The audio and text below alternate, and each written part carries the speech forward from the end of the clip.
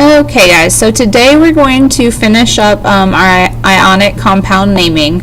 And so far we've talked about binary ionic compounds, and those are the ones that we've been doing since before Christmas break, where you have your cation and your anion, and when you put them together they make a compound. For advanced, you guys are just learning ternary ionic compounds today, as you have already learned about type 2. General, today you're going to be doing ternary and type 2. Now what I will say, like usual with these videos, it is challenging because it's something new.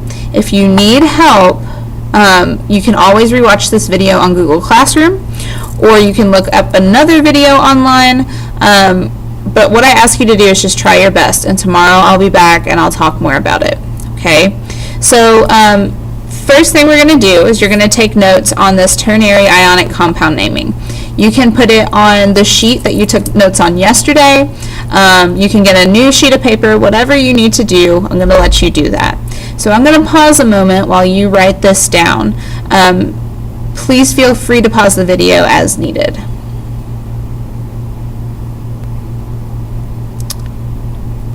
Okay,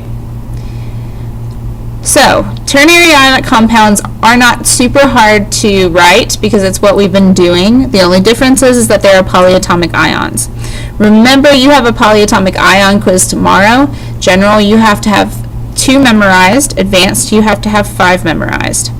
And so your polyatomic ions are the ones that you have, like sulfate and nitrate, and all of those elements are all of those compounds that are on your reference sheet. So you're going to need your reference sheet today in class. Okay, so remember guys, your reference sheet looks something like this, right? That has all of this information. This column here, those are your polyatomic ions, so these are the ones we're going to be using today. So having this out is really going to help. So to name these, you're just going to follow the same rules that you did with binary ionic compounds. The only difference is when you come upon a polyatomic ion, you're going to have to name that.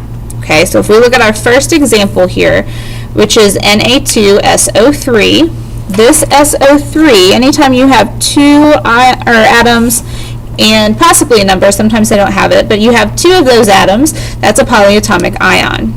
Our first one is just Na. Na, as you guys know, is sodium. Okay, so sodium.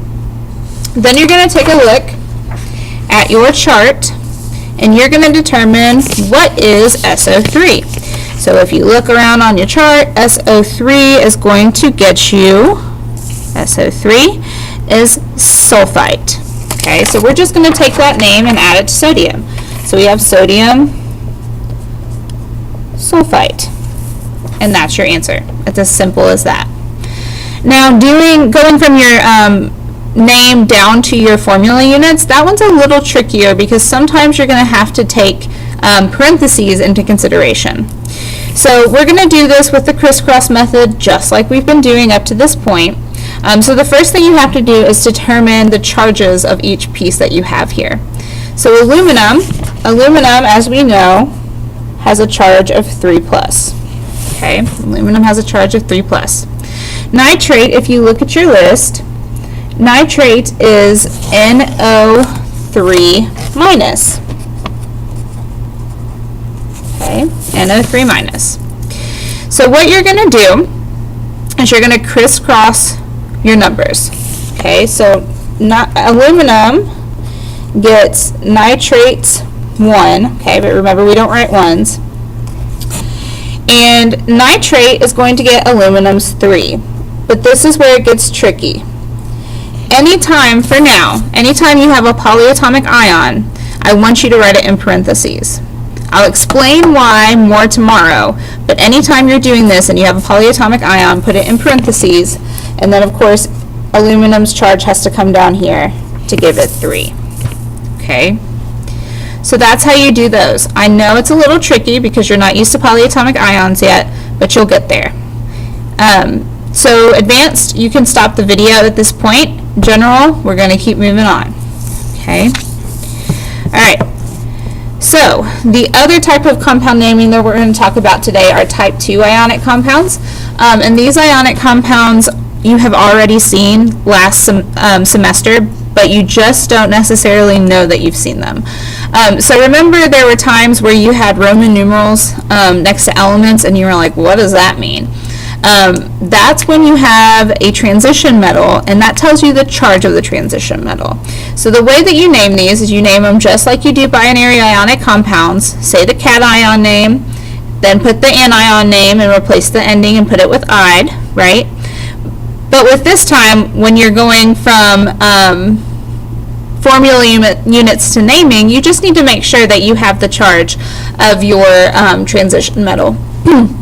So when we're going from name to formula unit, like this one here, you're going to do the same crisscross method. So cobalt is CO, and it has a charge of 2 plus, as we see from the Roman numerals.